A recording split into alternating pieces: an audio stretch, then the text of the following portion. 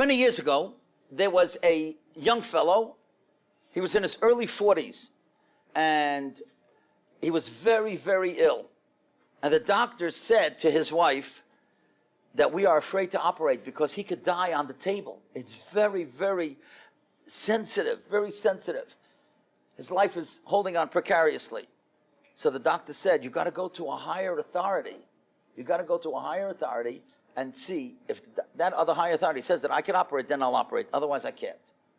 Now, she went home and she was thinking, who's the highest authority that she knows? Now, of course, that doctor meant another doctor. But her husband, 20 years before, had learned by the greatest tzaddik in America. His name was Rabbi Moshe Feinstein. I'm sure many of you heard of him, and if you haven't, you will hear about him as you study in the Vay. Rabbi Moshe Feinstein. And he was a wonderful, wonderful person. I have a story about him and myself in this book, which I all hope you'll buy 10 copies of. But the idea is he was special. So now this woman says, you know what? Who's the highest authority? Rabbi Moshe Feinstein. I'm going to go ask Rabbi Moshe Feinstein. So the next day the doctor calls her and he says, did you figure out which higher authority you're going to ask? She said, yeah, I'm going to him tomorrow. I have an appointment. He said, which doctor are you going to? She said, well, it's not a doctor, it's a rabbi. And he said, I don't believe you. You're gonna go to a rabbi to ask whether I should do a medical operation? What does he know about medicine? I don't believe any rabbi is going to tell you whether I should do the operation or not. She said, well, you told me to go to the highest authority, and that's the highest authority that I know. He says, listen to me. I want to go with you. Do you mind if I come with you? I cannot believe that a rabbi is going to rule on whether I should do surgery or not. She said, come. So the next morning, she goes to Rabbi Feinstein together with her father and the doctor. And Rabbi Feinstein was a very, very special, refined person.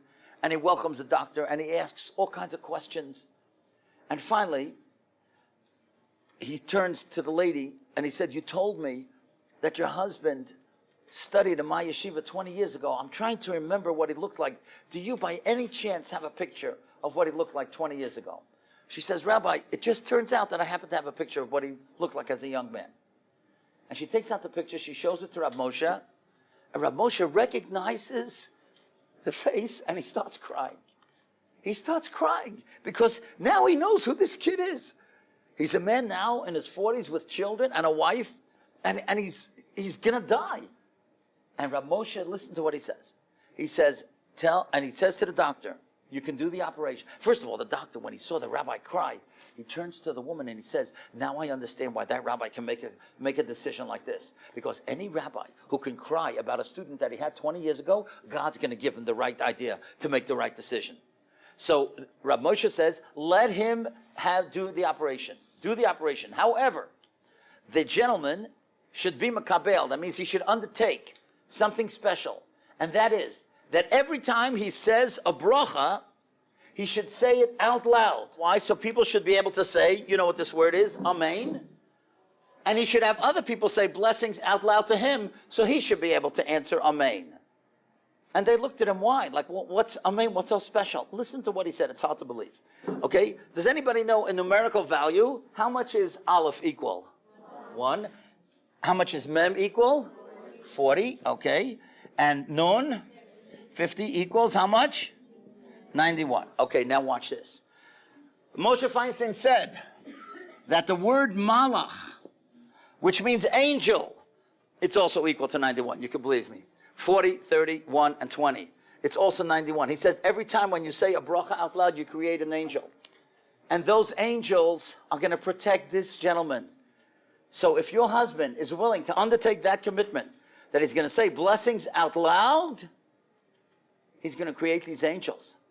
And other people will say brachas, he's going to say amen, and these angels will protect him. And you know something?